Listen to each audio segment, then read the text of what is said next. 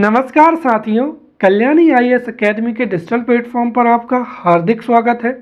हम विवाह की पद्धतियों को पढ़ रहे हैं, जिसमें पिछली कक्षा में हमने हिंदू विवाह पद्धति को बहुत ही अच्छे से पढ़ा एवं समझा था।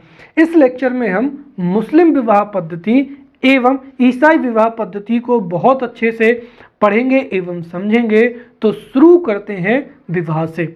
विवाह एक सामाजिक संस्था होती है जो कि पारिवारिक व्यवस्था के विकास में तथा व्यक्ति की प्राकृतिक यौन इच्छाओं की संतुष्टि के लिए अति महत्वपूर्ण संस्था होती है। इसके साथ ही जो यौन इच्छाओं की संतुष्टि से जो संतानें उत्पन्न होती हैं, विवाह संस्था उन संतानों को वैधानिकता प्रदान करती है। इसके साथ ही उन्हें अधिकार, उत्तराधिकार एवं उत्तरदायित्व भी प्रदान करती है।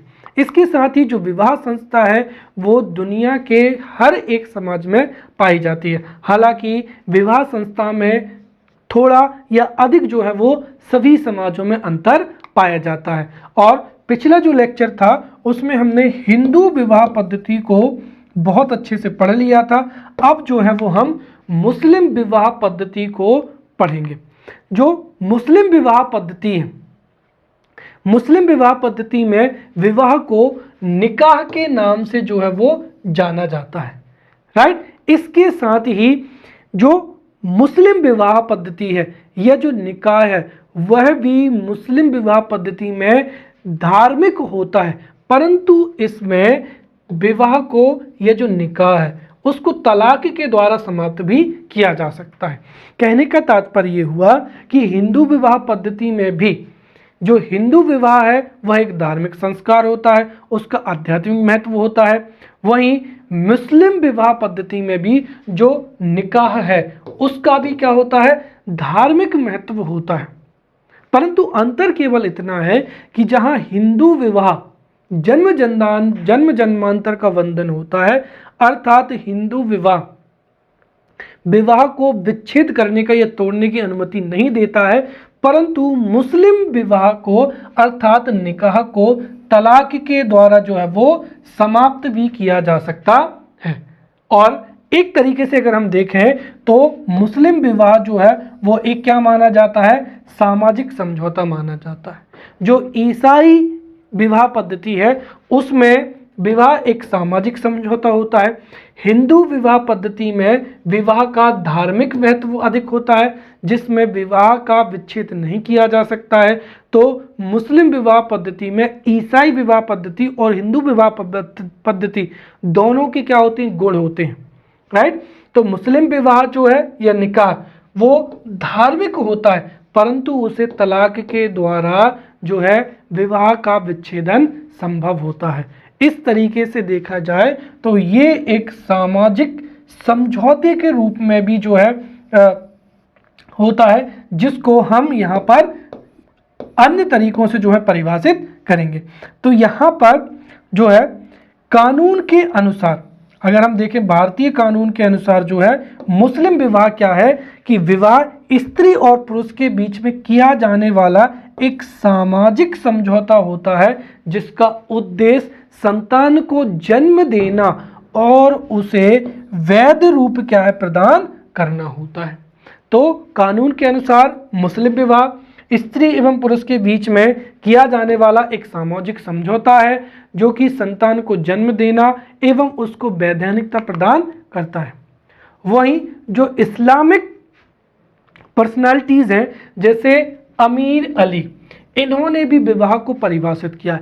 अमीर अली ने एक प्रसिद्ध किताब लिखी है जिसका नाम है द स्पिरिट ऑफ इस्लाम, और इस किताब में अमीर अली ने बताया है कि जो मुस्लिम विवाह है अर्थात निकाह है वह एक क्या है, कानूनी समझौता है, राइट। और इस कानूनी समझौते के लिए ना तो किसी पुरोहित या काजी की आवश्यकता है और ना ही किसी धार्मिक कर्मकांड की है। तो अमीर अली के अनुसार जो विवाह है वह एक कानूनी समझौता है। वहीं अगर हम भारतीय दृष्टि से देखें तो भारत शासन के जो प्रकाशन है सोशल लेजिस्लेशन में हैदया ने एक मत व्यक्त किया है, राइट। और उस मत के अनुसार मुस्लिम विवाह स्त्री और पुरुष के बीच एक क्या है, समझौता है। तो जो मुस्लिम विवाह है वो स्त्री एवं पुरुष के बीच में एक समझौता है जो कि यौन संतुष्टि, संतान उत्पत्ति और उस जो यौन संतुष्टि है, उस जो उत्पन्न संतान है उसको वैध घोषित करने के उद्देश्य से किया जाता है। इसके अतिरिक्त यह पति पत्नी और उनसे उत्पन्न संतानों के बीच अधिकार और कर्तव्यों के निर्धारण और नियमन की क्या है, व्यवस्था भी जो है वो निकाह होती है। तो ये यहाँ पर मुस्लिम विवाह पद्धति या निकाह के बारे में हमने यहाँ पर समझा। अब जो मुस्लिम विवाह है या निकाह के उद्देश्य क्या है, तो हम यहाँ पर निकाह के उद्देश्यों को समझेंगे। सबसे पहला तो क्या हो जाएगा कि मुस्लिम विवाह का सबसे पहला जो उद्देश्य है वो है परिवार का निर्माण करना। इसके साथ ही दूसरा उद्देश्य बच्चों को जन्म देना, उनको वैधानिकता प्रदान करना एवं उनका पालन पोषण करना। तीसरा, स्त्री पुरुष को यौन संबंध स्थापित करने की वैध स्वीकृति प्रदान करना। अर्थात अगर कोई व्यक्ति अविवाहित है या फिर वो अपने स्पाउस या अपने जीवन साथी के अतिरिक्त किसी व्यक्ति के साथ में यौन संबंध स्थापित करता है तो उसको अवैध माना जाता है या उसको असामाजिक माना जाता है। फिर जो निकाह है वह पति पत्नी के संबंधों व पारस्परिक अधिकारों को जो है मेहर के द्वारा स्थायी बनाया जाता। यहाँ पर मेहर एक तरीके से क्या होता है, वधू मूल्य होता है। जो वर पक्ष होता है वह वधू पक्ष को यहाँ पर क्या देता है, वधू मूल्य देता है। लेकिन अंतर केवल इतना है कि ये जो मेहर है ये उस मुस्लिम महिला की क्या होती है, व्यक्तिगत क्या होती है, संपत्ति हो जाती है। राइट। इसके साथ ही जो मुस्लिम विवाह है एक समझौते के रूप में पति पत्नी को यह अधिकार भी प्रदान करता है कि अगर दोनों में से कोई भी एक व्यक्ति अपने इस संबंध से संतुष्ट नहीं है तो वह तलाक के माध्यम से उस व्यक्ति को क्या कर सकता है, उससे संबंध को छोड़ सकता है। राइट। तो एक तरीके से हमने यहाँ पर मुस्लिम विवाह के जो प्रमुख उद्देश्य थे उनको बहुत अच्छे से समझ लिया है। अब हम यहाँ पर मुस्लिम विवाह पद्धति की विशेषताएं या शर्तों को भी पढ़ेंगे। ध्यान रखना ये जो है ये हो सकता है 5 नंबर में प्रश्न पूछा जाए कि मुस्लिम विवाह पद्धति में निकाह के लिए अनिवार्य शर्तों की चर्चा कीजिए, या फिर ये भी पूछा जा सकता है कि मुस्लिम विवाह पद्धति की जो विशेषताएं हैं उन पर प्रकाश डालिए। तो मुस्लिम विवाह की जो विशेषताएं हैं या जो शर्तें हैं उनको हम क्रमबद्ध तरीके से समझेंगे। सबसे पहली चीज तो यही है कि अगर दो मुस्लिम व्यक्ति विवाह कर रहे हैं या निकाह कर रहे हैं तो उनका वयस्क होना अनिवार्य है, क्योंकि भारतीय कानून में पुरुष के लिए 21 वर्ष और महिला के लिए 18 वर्ष निर्धारित की गई है, परंतु जो मुस्लिम पद्धति है उसके अनुसार, शरीयत कानून के अनुसार अगर व्यक्ति की आयु 15 वर्ष हो जाती है तो वह निकाह करने का योग्य हो जाता है। दूसरी चीज ये है कि जब निकाह किया जाता है तो जो दोनों व्यक्ति हैं वह पागल ना हो, अर्थात मानसिक रूप से स्थायी हो, ताकि वो अपने दाम्पत्य जीवन को सुचारू रूप से संचालित कर सके। तीसरी चीज, मुस्लिम विवाह पद्धति में अगर जो व्यक्ति है वह वयस्क नहीं है तो अगर अल्प वयस्क है तो उसका भी निकाह जो है वो संपन्न हो सकता है, लेकिन इसके लिए 2 शर्तें हैं। पहली शर्त ये है कि अगर अल्प वयस्क का निकाह हो रहा है तो उसके जो गार्जियन हैं, संरक्षक हैं, उसके माता पिता हैं या उसके जो अभिभावक हैं उनकी स्वीकृति क्या होती है, अति अनिवार्य होती है। और दूसरी चीज, जो पति या पत्नी है वो जब वयस्कता प्राप्त कर लें तो उनकी भी जो है वो रजामंदी होना चाहिए, अर्थात वो भी अगर इसको स्वीकार कर लेते हैं तो यह निकाह संपन्न माना जाएगा। इस स्थिति में अल्प वयस्क का भी निकाह हो सकता है। इसके साथ ही यहाँ पर एक और महत्वपूर्ण विशेषता ये है कि मुस्लिम विवाह तब तक संपादित नहीं हो सकता है जब तक कि दोनों वर और वधू अपनी रजामंदी या अपनी सहमति प्रदान नहीं कर देते हैं। अर्थात अगर वो कबूल है या अपनी सहमति व्यक्त ना करें तो उस निकाह को वैध नहीं माना जाता है। इसके साथ ही मुस्लिम विवाह पद्धति में अधिकांशतः जो है वर है वह क्या करता है, वधू को विवाह का प्रस्ताव भेजता है। राइट। इसके साथ ही एक विशेषता और है कि विवाह की जो निकाह की स्वीकृति तभी दी जाती है जब वो दो गवाहों के समकक्ष क्या दी गई हो। अर्थात जब दो गवाहों के समक्ष दोनों वर एवं वधू एक दूसरे को स्वीकार करते हैं तो वह विवाह को या उस निकाह को ही स्वीकृति दी गई। इसके साथ ही यहाँ पर ये भी एक जो है, यहाँ पर अगर हम देखें तो ये एक अन्य विशेषता है कि हिंदू धर्म में तो वर्तमान समय में एकल विवाह जो है वो कानूनी रूप से वैध है, लेकिन मुस्लिम जो पुरुष है वो एक साथ 4 जीवित स्त्रियों से अपने वैवाहिक संबंध स्थापित कर सकता है। राइट। तो यहाँ पर जो मुस्लिम पुरुष है वो एक साथ ही या एक ही समय में 4 जीवित पत्नियों से जो है विवाह कर सकता है और उसको वैध माना गया है। हालांकि अगर मुस्लिम पुरुष 5वीं महिला से अगर विवाह करेगा या निकाह करेगा तो उसको मुस्लिम में क्या माना गया है, अवैध माना गया है। राइट। तो अगर 5वीं स्त्री से जब निकाह होगा तो वह अवैध होगा, बाकी 4 स्त्रियों से निकाह संपन्न किया जाता है। और जो निकाह है वो 2 गवाहों के समक्ष होना चाहिए और उसको काजी के द्वारा भी क्या होनी चाहिए, स्वीकृति दी जानी चाहिए। राइट। अगर काजी स्वीकृत नहीं करता है या उसका पंजीयन नहीं होता है तब भी वह अवैध माना जाएगा। राइट।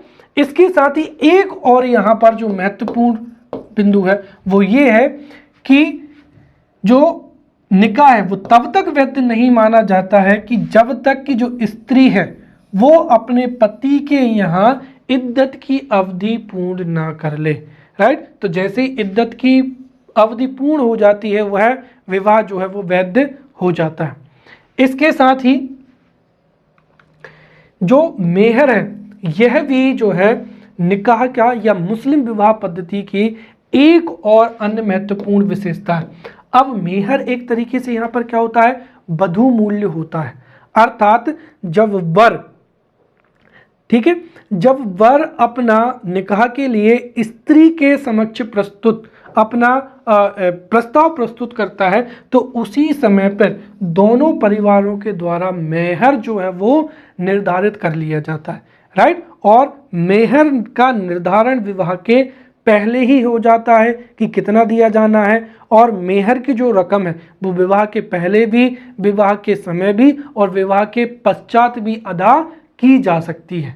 राइट। और विवाह एक चीज और, जो मेहर है और वधू मूल्य में अंतर केवल इतना है कि जनजातियों में, जब हम आगे जनजातियों में पढ़ेंगे तो जनजातियों में भी जो वर पक्ष है उसको वधू पक्ष को वधू मूल्य देना होता है, लेकिन अंतर केवल इतना है कि जनजातियों में जो वधू मूल्य होता है, राइट, वो कन्या के या जो वधू के परिवार को ये जो है जो मूल्य देना होता है। परंतु यहाँ पर जो मेहर की रकम होती है ये देता वधू पक्ष को है, लेकिन ये वधू की, राइट, वधू की क्या होती है, वैयक्तिक संपत्ति हो जाती है। कहने का मतलब जो वाइफ होती है, राइट, वधू होती है, वो उसकी निजी संपत्ति हो जाती है। वो चाहे तो अपने पति को, चाहे तो अपने परिवार को, और वो चाहे तो अपने ऊपर जैसा भी उसको उचित लगे वह स्वयं उस संपत्ति का या उस रकम को खर्च कर सकती है। राइट। तो यहाँ पर जो मेहर है वह भी मुस्लिम विवाह पद्धति की एक अनिवार्य शर्त होती है। राइट। इसका निर्धारण निकाह से पहले होता है, परंतु इसकी अदायगी निकाह से पहले, निकाह के समय और निकाह के बाद में भी हो सकती है। राइट। और कभी कभी तो ऐसा भी हो सकता है कि जो वधू चाहे तो वो उसकी खुद की क्या होती है, व्यक्तिगत संपत्ति होती है, तो कई बार वो जो है वो वधू या अपने हस्बैंड से एक तरीके से माफ़ी भी कर सकती है या ना भी ले। तो कुल मिलाकर जो मेहर है वो वधू की क्या होती है, व्यक्तिगत संपत्ति हो जाती है। तो ये हमने यहाँ पर मुस्लिम विवाह के वैध होने की शर्तें एवं कुछ महत्वपूर्ण जो है विशेषताएं वो हमने यहाँ पर पढ़ ली है। अब आगे हम समझेंगे कि मुस्लिम विवाह पद्धति में जो विवाह है वो है ये 4 प्रकार के होते हैं। एक तो क्या हो जाएगा, विवाह हो जाएगा, दूसरा मुताह, तीसरा बातिल और चौथा क्या हो जाएगा, फासिब हो जाएगा। इसमें से जो सर्वमान्य और सर्व स्वीकार है वह निकाह होता है, बाकी इन तीनों को अवैध विवाह माना जाता है। तो समझते हैं इनके बारे में। सबसे पहला हो जाएगा यहाँ पर निकाह विवाह। तो अभी हमने जो है पूरा का पूरा यहाँ पर मुस्लिम विवाह या निकाह विवाह की विशेषताएं एवं शर्तों के बारे में पढ़ा था। तो वो हमने दरअसल किसके बारे में, निकाह के बारे में ही पढ़ा था। राइट। और जो मुस्लिम विवाह पद्धति में जो निकाह होता है वही सर्वसम्मत एवं स्थायी माना जाता है, एवं विवाह पद्धतियों में मुस्लिम धर्म में निकाह को ही क्या माना गया है, वैध विवाह माना गया है। और इसमें विवाह की जो सभी शर्तें हैं उनका पालन होना अनिवार्य होता है, जैसे कि शरीयत कानून के अनुसार आयु 15 वर्ष से अधिक होनी चाहिए, वर वधू दोनों की सहमति होनी भी क्या होती है, आवश्यक होती है। फिर 2 गवाहों के समक्ष जो है वो निकाह होना चाहिए। फिर निकाह में जो काजी है उनके द्वारा इसकी सहमति देना चाहिए या काजी के द्वारा इसका पंजीयन होना चाहिए। इसके साथ ही जो मुस्लिम रीतियां हैं जैसे मेहर, इन सब की क्या होनी चाहिए, पूर्ति होना चाहिए। राइट। तब जाकर उस विवाह को क्या माना जाएगा, निकाह के रूप में या वैध विवाह माना जाएगा। राइट। और मुस्लिम धर्म में जो है निकाह के भी कई रूप होते हैं। कुल मिलाकर जितने भी वैध विवाह होते हैं उनको क्या माना गया है, या निकाह कहा जाता है। तो ये हमने यहाँ पर निकाह विवाह के बारे में समझा। अब हम समझते हैं यहाँ पर बातिल विवाह।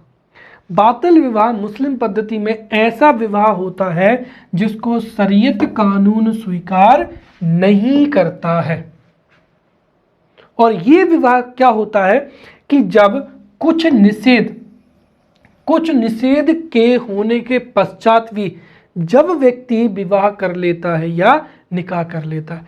और दरअसल मुस्लिम विवाह पद्धति में भी कुछ निषेध दिए गए हैं, और उन निषेधों को ना मानकर भी, जैसे रक्त संबंध, आपसी घनिष्ठ रक्त संबंध में ही बहन भाई के साथ में अगर निकाह होता है, या किसी दूसरे की जो पत्नी है, राइट, जिससे तलाक नहीं लिया, तो किसी विवाहित पत्नी से निकाह करना, 2 बहनों से एक साथ जो है संविदा द्वारा क्या करना, निकाह करना। राइट। तो रक्त संबंधों में दूसरे की जो है पत्नी से निकाह करना, 2 बहनों के साथ संविधान द्वारा जो है विवाह करना, या 5 पत्नियां। राइट। मैंने बताया है कि मुस्लिम पद्धति में एक जो पुरुष है वो 4 स्त्रियों के साथ में विवाह कर सकता है, लेकिन अगर वो 5 पत्नियों के साथ में निकाह करेगा तो वो अवैध माना जाएगा। राइट। या फिर एक कॉन्ट्रैक्ट के रूप में जो है विवाह करना एक संविदा द्वारा। राइट। या फिर 3 बार तलाकशुदा पत्नी से यदि विवाह किया जाता है तो उसे मुस्लिम जो शरीयत है उसके अनुसार अवैध घोषित किया जाता है, और उसे ही क्या कहते हैं, हम बातिल विवाह कहते हैं। राइट। अगला हो जाएगा यहाँ पर फासिद विवाह। राइट। तो यहाँ पर जो बातिल विवाह होता है इसको शरीयत कानून स्वीकार नहीं करता है, और जो फासिद विवाह है वह मुस्लिम विवाह पद्धति में ऐसा विवाह होता है जिसको अपूर्ण माना जाता है। अगर जो दोनों दंपति वर एवं वधू हैं कुछ महत्वपूर्ण रीति रिवाज संपन्न करते हैं तो इसको वैधानिकता दे दी जाती है। राइट। जैसे उदाहरण के स्वरूप अगर गवाहों की अनुपस्थिति में जो जितने भी विवाह होते हैं, राइट, वो फासिद विवाह कहते हैं। जैसे मैंने बताया था कि दो विवाहों के समक्ष या दो विवाहों के समक्ष काजी के द्वारा अगर विवाह की अनुमति दी जाती है तो वह क्या माना जाएगा, निकाह माना जाएगा, वैध विवाह होगा। परंतु यदि गवाह नहीं है, राइट, या फिर विधर्मियों के साथ में किसी दूसरे धर्म के साथ में विवाह किया जाता है या पांचवी स्त्री से विवाह किया जाता है तो उसको फासिद विवाह कहा जाता है। और अगर कुछ धार्मिक रीति रिवाज किए जाते हैं या जो भी बाधाएं हैं उनको हल कर लिया जाए तो जो फासिद विवाह है फिर उसको जो है वो निकाह के रूप में उसको घोषित कर दिया जाता है। अब अगला हो जाएगा यहाँ पर मुताह विवाह हो जाएगा। राइट। जो मुताह विवाह है वह मुस्लिम पद्धति में एक ऐसा विवाह होता है जिसकी प्रकृति कैसी होती है, अस्थायी होती है। मुताह विवाह एक तरीके से सोशल क्या होता है, कॉन्ट्रैक्ट ही होता है। तो मुताह विवाह एक ऐसी विवाह पद्धति है जो कि अस्थायी क्या होता है, विवाह होता है। अर्थात कुछ समय पश्चात ये विवाह जो है स्वतः ही क्या होता है, विच्छेदित हो जाता है। और इस विवाह का जो प्रमुख उद्देश्य है वह भी क्या है, यौन सुख को प्राप्त करना या काम सुख को प्राप्त करना है। यहाँ पर जो मुताह है उसका ही अर्थ क्या होता है, आनंद या उपयोग होता है। राइट। और ये विवाह जो है एक तरीके से जो मुस्लिम सैनिक होते हैं उनके लिए इसका प्रचलन होता है। जब सैनिक अपने घर छोड़कर सीमा पर जाते हैं, राइट, तो वो घर से मतलब सीमा पर जाने से पहले जो है सैनिक मुताह विवाह को क्या करते थे, स्वीकार करते थे। कुल मिलाकर जो सैनिक हैं वो अपनी इच्छा अनुसार किसी भी स्त्री के साथ में मुताह विवाह जो है वो करते थे और एक विशेष अवधि तक जो सैनिक था और जो स्त्री दोनों ही व्यक्तिगत तौर पर पति पत्नी के रूप में एक साथ रहते हैं। राइट। एवं जो यौन इच्छाएं हैं उनको संतुष्ट करते हैं। राइट। फिर जब वो अवधि जो है, विशेष अवधि, जितने भी दिन की क्या होती है, कॉन्ट्रैक्ट होता है या जितने भी दिन की अवधि तय की जाती, वो समाप्त होने के पश्चात में वह विवाह क्या होता है, विच्छेदित हो जाता है। राइट। तो इसी ही मुताह विवाह कहते हैं। और ये जो एक तरीके से जो समझौता होता है वो हो सकता है एक दिन का हो, एक माह का हो, एक वर्ष का हो या कई वर्षों तक का भी होता है। राइट। और इस विवाह में एक तरीके से हम देखें तो यहाँ पर जो पति है वो पत्नी को क्या करता है, मेहर की राशि भी देता है। तो कुल मिलाकर जो पुरुष है उसको काम सुख या यौन इच्छाओं की संतुष्टि होती है, वहीं जो स्त्री है उसको मेहर की राशि क्या होती, प्राप्त हो जाती है। राइट। और इसकी एक विशेष बात यह है कि अगर इसी बीच अगर संतानें उत्पन्न हो जाती हैं तो मुताह विवाह से जो संतानें होती हैं वो उनको वैध जो है वो माना गया है। तो ये हमने यहाँ पर जो है मुस्लिम विवाह पद्धति के बारे में बहुत ही अच्छे से पढ़ा है। अब हम यहाँ पर ईसाई विवाह पद्धति को बहुत अच्छे से समझेंगे। देखिए, जो ईसाई विवाह होता है वह भी एक तरीके का सामाजिक समझौता होता है। राइट। जैसे हमने मुस्लिम धर्म में समझा वैसे ही ईसाई विवाह पद्धति में भी जो विवाह संस्था है वह एक सामाजिक समझौता होता है। राइट। यहाँ पर इसको धार्मिक संस्कार के रूप में इसको महत्व नहीं दिया गया है। हिंदू धर्म में विवाह एक धार्मिक संस्कार होता है, उसका आध्यात्मिक महत्व अधिक होता है। राइट। वहीं जो मुस्लिम धर्म होता है उसमें भी विवाह को धार्मिक रूप से स्वीकार तो किया गया है लेकिन उसको तलाक के द्वारा विच्छेदित किया जा सकता है। और मुस्लिम धर्म में भी विवाह को एक सामाजिक समझौता माना गया है। वैसे ही ईसाई धर्म में भी विवाह एक धार्मिक संस्था ना होकर एक सामाजिक समझौता है। यह ईसाई विवाह में भी इसको एक सामाजिक समझौते के रूप में स्वीकार किया गया है। इसके साथ ही ऐसा माना जाता है कि जो ईसाई समाज है वह यौन संबंधों की उनमें मानवीय कमजोरी पाई जाती है। फिर भी यहाँ पर जो है विवाह को एक सामाजिक संस्था के रूप में स्वीकार किया गया, अर्थात जो पश्चिमी देश है उसमें यौन संबंधों की शिथिलता होती है, अर्थात दो व्यक्ति आपस में आसानी से जो है यौन संबंध स्थापित कर सकते हैं। इसके बावजूद उन देशों में जो सामाजिक महत्व है विवाह का उसको स्वीकार किया गया है। तो ईसाई समाज में जो विवाह पद्धति है उसके अनुसार विवाह एक सामाजिक समझौता होता है, राइट, जिसको समाज में महत्वपूर्ण स्थान प्राप्त है, परंतु यह एक धार्मिक संस्कार नहीं है, राइट। अब अगर हम देखें तो उत्तर भारत का जो संयुक्त चर्च है जो कि भारत का एक प्रसिद्ध चर्च है, तो उत्तर भारत के संयुक्त चर्च के अनुसार विवाह समाज में एक पुरुष और एक स्त्री के बीच में एक समझौता है जो सामान्य रूप से सारे जीवन भर चलता है और उसका उद्देश्य यौन संबंधी निर्वाह और परिवार की क्या हो जाएगा, स्थापना करना है, राइट।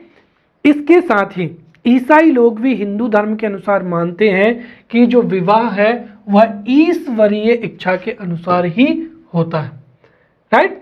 फिर भी अगर हम देखें तो यहाँ पर कहने का मतलब ये कि ईसाई लोग विवाह को ईश्वर की इच्छा तो मानते हैं, लेकिन उसके बावजूद जो है ईसाई धर्म में विवाह को एक संस्कार या धार्मिक महत्व ना देकर एक सुविधापूर्ण सामाजिक संबंध के रूप में स्वीकार किया गया है। अब हम यहाँ पर ईसाई विवाह पद्धति में विवाह के उद्देश्यों के देखेंगे। तो पहला उद्देश्य तो क्या हो जाएगा, परिवार का निर्माण करना, दूसरा यौन संतुष्टि, तीसरा क्या हो जाएगी, यौन तुष्टि से जो संतान उत्पत्ति है उसको वैधानिकता प्रदान करना, चौथा हो जाएगा जीवन का विकास, एवं पांचवा हो जाएगा कि पति पत्नी या हम ये कहें कि दो वयस्कों के बीच में जो आपसी संबंध है उसको विवाह जो है स्थायित्वता प्रदान करता है, राइट। अब हम यहाँ पर ईसाई धर्म की जो है विशेषताएं समझते हैं। ये भी बहुत महत्वपूर्ण हो सकता है 5 नंबर में पूछा जाए कि ईसाई विवाह पद्धति की प्रमुख विशेषताओं की विवेचना कीजिए, तो उसको हम यहाँ पर समझते हैं। अब एक चीज हमको जो बात मुख्य रूप से समझनी है वो ये है कि ईसाई विवाह जो पद्धति है वह हिंदू विवाह पद्धति से बहुत ही क्या होती है, अलग होती है। परंतु भारत में जो ईसाई धर्म पाया जाता है, राइट, उसमें काफी जो है वो परिवर्तन आ चुका है, क्योंकि भारत के ईसाई अधिकांश रूप से वे हैं जिन्होंने धर्म परिवर्तन के द्वारा जो ईसाई बने हैं, अर्थात जब ईसाइयों ने भारत पर जो है आक्रमण किया एवं भारत को गुलाम बनाया, तो कुछ ईसाई तो भारत में रुक गए, उनकी संतानें जो हैं वो भारत में अभी भी रह रही हैं, या फिर कई हिंदुओं ने भी ईसाई धर्म को क्या किया है, स्वीकार किया है। इस वजह से भारत में अधिकांश ईसाई वे हैं जो कि धर्म परिवर्तन के द्वारा जिन्होंने ईसाई धर्म को स्वीकार किया है। इसीलिए भारत में जो ईसाई विवाह पद्धति है वह रीति रिवाजों में पश्चिमी संस्कृति और भारतीय संस्कृति की क्या है, मिली जुली विशेषताओं के साथ में पाई जाती है। अगर हम यूरोपियन देशों की या यूरोपियन कंट्रीज की जो ईसाई विवाह पद्धति है उसको अगर भारत से कंपेयर करें तो वो अलग है, परंतु भारत में अधिकांश ईसाई वो हैं जो धर्म परिवर्तन के द्वारा बने हैं। इसीलिए भारत में जो ईसाई विवाह पद्धति है वह पश्चिमी संस्कृति और भारतीय संस्कृति की मिली जुली विशेषताओं का ही क्या है, परिणाम है, राइट, जिसमें कुछ विशेषताएं हम यहाँ पर देखेंगे। सबसे पहला क्या हो जाएगा, यहाँ पर ईसाइयों में बहुविवाह का प्रचलन बिल्कुल भी नहीं पाया जाता है। अगर हम हिंदू विवाह की बात करें तो हिंदू विवाह पद्धति में भी स्वतंत्रता से पहले बहुपत्नी विवाह प्रचलित था, परंतु हिंदू विवाह एवं विच्छेद अधिनियम 1956 के द्वारा उसकी वैधानिकता को समाप्त कर दिया गया। अब हिंदुओं में केवल एकल विवाह को मान्यता दी गई है। वहीं मुस्लिम की बात करें तो मुस्लिम में तो एक मुस्लिम व्यक्ति एक साथ 4 जीवित पत्नियां रख सकता है, राइट। परंतु ईसाई धर्म में बहुविवाह का प्रचलन बिल्कुल भी नहीं होता है, अर्थात इसमें एक समय में एक ही जीवन पत्नी के महत्व को स्वीकार किया गया है। दूसरी चीज यह है कि धार्मिक रूप से चर्च भी पति पत्नी के तलाक की स्वीकृति नहीं देता है। हालांकि कानूनों के माध्यम से ईसाई लोग भी तलाक ले सकते हैं, लेकिन भारतीय धर्म के अनुसार भी चर्च और भारतीय धर्म में भी जो धर्म ग्रंथ है वह तलाक की अनुमति नहीं देते हैं। तीसरी और जो सबसे महत्वपूर्ण बात है वो यहाँ पर ये है, जो दूसरे धर्म है या दूसरे समाज है या दूसरे समुदाय हैं उसमें विधवा पुनर्विवाह जो है उसको अच्छा नहीं माना जाता है या उसको वर्जित माना जाता है, जबकि ईसाई धर्म है या ईसाई विवाह पद्धति में जो है विधवा पुनर्विवाह को स्वीकार किया गया, अर्थात एक विधवा तलाकशुदा स्त्री से पुनर्विवाह पर किसी तरीके का प्रतिबंध नहीं है, उसको समाज में स्वीकार किया गया है। इसीलिए जो पाश्चात्य देश हैं उनमें व्यक्ति अपने जीवन काल में कई बार अलग अलग समय पर 2-3 बार जो है वो विवाह करता है, राइट। पहले तलाक लेता है, फिर दूसरा विवाह करता है, फिर तलाक लेगा, फिर तीसरा विवाह करता है। तो इस तरीके से वहां पर विधवा पुनर्विवाह को स्वीकार किया जाता है। अगला हो जाएगा, तीसरी महत्वपूर्ण विशेषता ये है कि हमारे हिंदू धर्म में भी दहेज का बहुत महत्व है और दहेज प्रथा दिनों दिन बढ़ती जा रही है। मुस्लिम धर्म में भी मेहर जो है एक तरीके से वधू मूल्य के रूप में भी क्या है, मेहर का प्रचलन है। लेकिन ईसाई धर्म में दहेज का प्रचलन बिल्कुल भी नहीं है, राइट। तो ना तो हिंदुओं की तरह दहेज का प्रचलन है और ना ही मुसलमानों की तरह जो है वो मेहर का प्रचलन है, अर्थात जो ईसाई धर्म है उसमें दहेज एवं मेहर के समान जो है वो पद्धति नहीं पाई जाती है। इसके साथ ही ईसाइयों में जो है विलंब विवाह का क्या है, प्रचलन है। वहीं अगर हम देखें तो हिंदू विवाह पद्धति में भी बाल विवाह जो था उसका प्रचलन था। जो मुस्लिम धर्म है उसमें भी अल्पायु में भी जो है 2 स्थितियों में विवाह संपन्न हो सकता है, लेकिन ईसाइयों में विलंब विवाह का क्या है, प्रचलन पाया जाता है, राइट। और ये सबसे बड़ी विशेषता ये है कि ईसाई विवाह पद्धति में ऐसा माना जाता है कि 2 वयस्कों को तब तक शादी नहीं करना चाहिए जब तक वो अपने पैरों पर खड़ा ना हो जाए, अर्थात आर्थिक रूप से जब दोनों आत्मनिर्भर हो जाए तब जो है विवाह को महत्व दिया जाता है, राइट। फिर एक साथ तीसरी महत्वपूर्ण विशेषता ये जो है जो कि भारत में पाई जाती है, हालांकि अन्य देशों में ये विशेषता नहीं है, क्योंकि भारत में जो है हिंदू एवं पाश्चात्य संस्कृति का मिला जुला स्वरूप पाया जाता है। इसीलिए ईसाइयों में भी जो बहुत पास के रिश्तेदार होते उनके बीच में भी विवाह संबंधों की स्थापना नहीं की जाती है। अब ईसाई विवाह के प्रकार अगर हम देखें तो ईसाई विवाह के जो विवाह है उसके 2 रूप देखने को मिलते हैं, एक हो जाएगा सिविल विवाह और दूसरा हो जाएगा धार्मिक विवाह हो जाएगा, राइट। सिविल विवाह को हम बहुत अच्छे से समझते हैं, इसको हम कोर्ट मैरिज भी कहते हैं। तो सबसे पहला क्या हो जाएगा, सिविल विवाह हो जाएगा।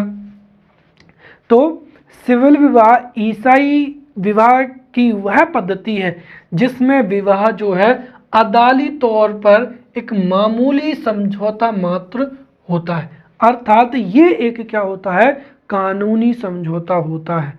तो सिविल विवाह पद्धति में कोर्ट में जाकर जो मैरिज रजिस्टर्ड होता है उसके सामने दोनों एक दूसरे को पति पत्नी के रूप में स्वीकार करते हैं, जिसे कानूनी तौर पर वैधता प्रदान की जाती है, उसको सिविल विवाह कहा जाता है।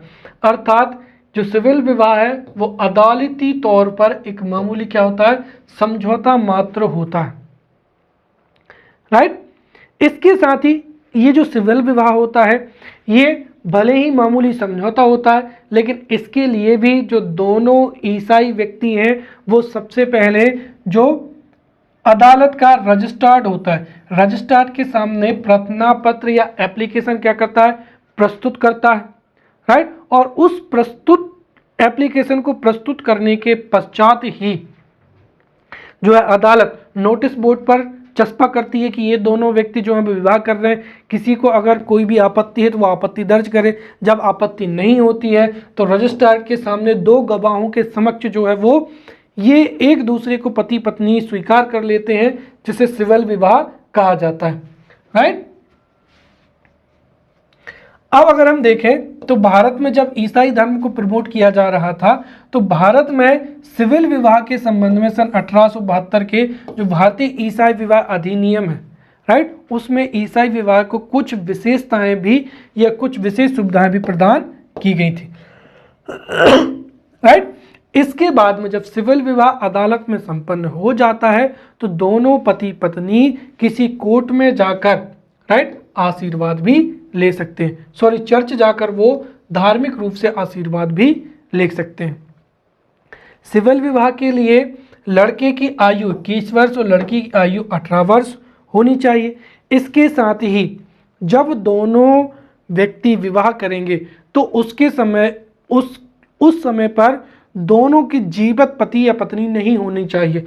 कुल मिलाकर ये है कि अगर कोई व्यक्ति दूसरा विवाह कर रहा है और उसकी जीवित पति है या पत्नी है तो सबसे पहले उसको तलाक लेना पड़ेगा, उसके पश्चात ही वह दूसरी शादी कर सकता है, राइट।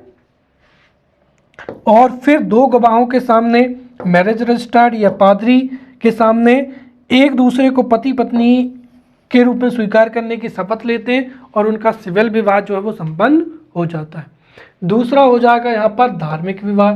तो सिविल विवाह और धार्मिक विवाह में थोड़ा सा ही अंतर होता है, राइट।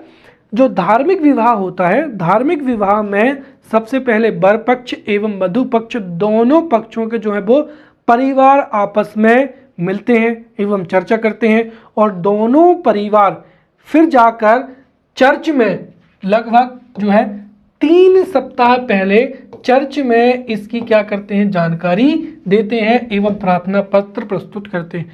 तो वर एवं वधू पक्ष के दोनों परिवार चर्च में 3 सप्ताह पहले जाकर एप्लीकेशन देते हैं, राइट।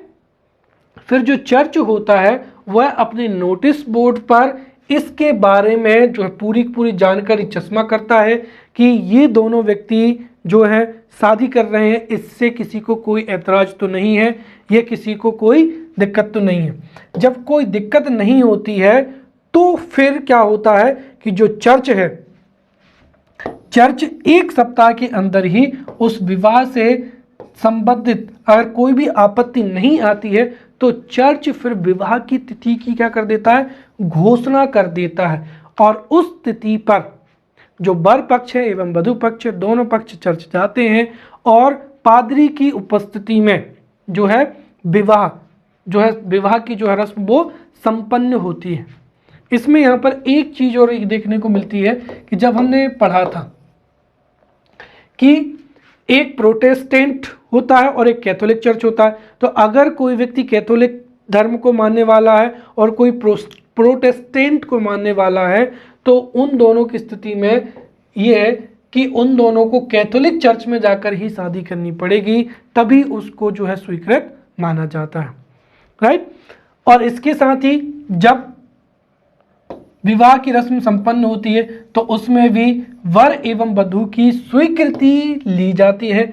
उसके पश्चात ही पादरी के द्वारा विवाह संपन्न होने की घोषणा की जाती है। इसके साथ ही यह एक चीज और से समानता रखता है कि ये जो कैथोलिक चर्च में जब विवाह होता है तो इसमें भी भारतीय विवाह के अनुसार सामुदायिक भोज देने का क्या है, रिवाज होता है। अर्थात दोनों पक्ष मिलकर अपने सगे संबंधी, अपने रिलेटिव्स को, फ्रेंड्स को क्या करते हैं, सामुदायिक भोज देते हैं। तो ये हमने यहाँ पर ईसाई विवाह पद्धति को भी बहुत अच्छे से पढ़ लिया है, अब समझ लिया है। अगले लेक्चर में हम जो है जनजातीय विवाह के बारे में एवं अन्य के बारे में हम पढ़ेंगे। तब तक के लिए धन्यवाद।